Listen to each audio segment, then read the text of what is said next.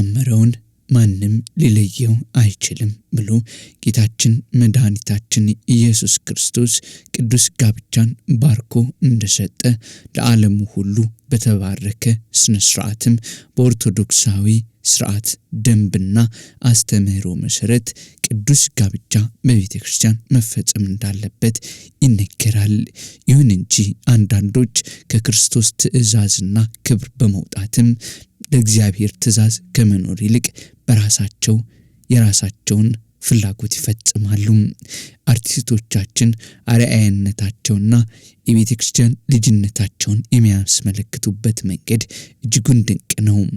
በ9ኛው ሺህ የሚወደደውና አቡሽ ሱራፌልም በቤተክርስቲያንም የሰርግ ስነ ስርዓቱን አከናውኗል። ይህ እጅግ የሚያስደስት ስነ ስርዓት ነው። እጅግ ደስ የሚልም ለቤተክርስቲያንም አርአያነት ያለው ተግባር ነው። ብዙዎች በቤተክርስቲያን ሰርጋቸውን ከማድረግ ይልቅም በዓለማዊው ስነ ስርዓት እግዚአብሔር የማይከብርበትን ስርዓት ሲፈጽሙ ይታያሉ። ሀብታቸው፣ ወርቅና ብራቸው፣ ዝናቸው ሁሉ እግዚአብሔርን ከመግለጽ ይልቅ በዓለማዊው ዲኮሮችና በዘፈኖች ሲደምቁ ይታያሉ። አቡሽ ሱራፌል በገርጂ ሆተ ብርሃንም እንዳደገና በዚያ ሰንበት ትምህርት ቤት ማለፉን እንደተናገረ ከዚህ በፊት በሰይፉ ፋንታሁን ሾው ቀርቦ መናገሩ ይታወቃል። ታዲያ ይህንኑ የቤተክርስቲያን ልጅነቱን አስጠብቆ ነው የቀጠለው። ከትልቂቱ ስፍራ ቤተክርስቲያንን የሚያስከብር ሲጠፋ ከታናናሾቹ ከማይጠበቀው ስፍራ እግዚአብሔር ከብሮ ሲታይ እውነትም ቤተክርስቲያን ድመቂ፣ ቤተክርስቲያን በልጆችሽ ክበር ያስ በርካታ የሙያ ባልደረቦቹ የተገኙ ሲሆን በኦርቶዶክሳዊ ስርዓትም ደምቀው እጅግ በጣም ደስ በሚያሰኝና በዝማሬ በታጀቡ ስነ ስርዓቶችም ራሳቸው ደምቀው ታይተዋል።